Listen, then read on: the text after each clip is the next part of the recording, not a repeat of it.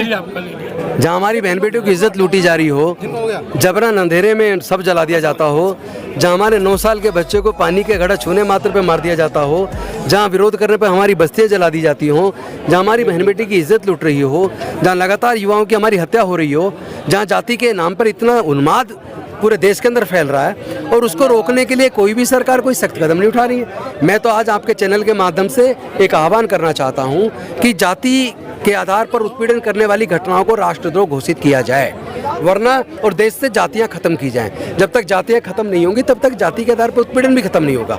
लेकिन सर 85% सबसे ज़्यादा हिंदू बना बैठा है, जिस पर सबसे ज़्यादा अत्याचार हो रहा है। अब वो 85 को समझ में आ रहा है धीरे धीरे, क्योंकि सबका दर्द एक है।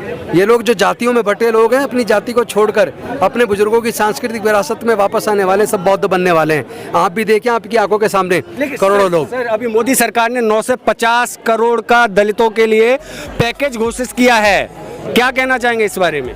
क्या उनकी जो मुआवजा दिया जाए, जिन जिन पर अत्याचार हो रहे हैं उनको आगे की चीजें की जाए?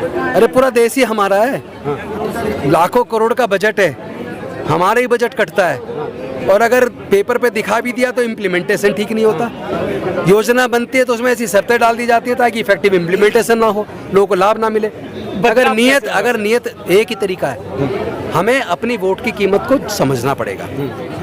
जब संविधान सभा के अंदर डॉक्टर बाबा साहेब अम्बेडकर वोट के अधिकार पर चर्चा कर रहे थे, ज़्यादातर संविधान सभा के सदस्य इस फेवर में थे कि केवल इनकम टैक्स पेई को, बड़े जमींदारों को, बड़े उद्योगपतियों को और ग्रेजुएट को ही वोट का अधिकार मिलना चाहिए। तो हमारे लोगों को तो पढ़ने का अधिकार नहीं था, संपत्ति का अधिकार नहीं था, हमारे लोग तो ना ग्रेजुएट बन पाए, ना इनकम टैक्स पेई बन पाए, ना वो संपत्ति के मालिक बन पाए।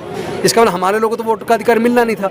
लेकिन डॉक्टर बाबा साहेब अम्बेडकर ने पूरी संविधान के सामने अड़ के पूरे देश के सभी लोगों को, किसी भी जाति धर्म के हों, सब लोगों को समान रूप से वोट का अधिकार दिया, और 1 मैन 1 वोट 1 वोट 1 वैल्यू।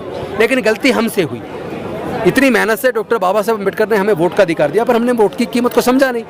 हम शराब की बोतल में 1000-2000 रुपए में 10-20 किलो अनाज में अपनी वोट बेच देते हैं, और वो लोग हमारी वोट को जिनके पैसे से खरीदते हैं उन्हीं पूंजीपति के हाथ देश को बेच देते हैं, सारे देश के संस्थान बेच दिए। हमें अब अपनी वोट की कीमत को समझना पड़ेगा। जो भी पॉलिटिकल पार्टी या जो सरकारें जातिवाद को बढ़ावा दे, जो सरकारें इस तरह के उत्पीड़न की घटनाओं पर सख्त कार्रवाई ना करें, हमें इनका बायकॉट करना।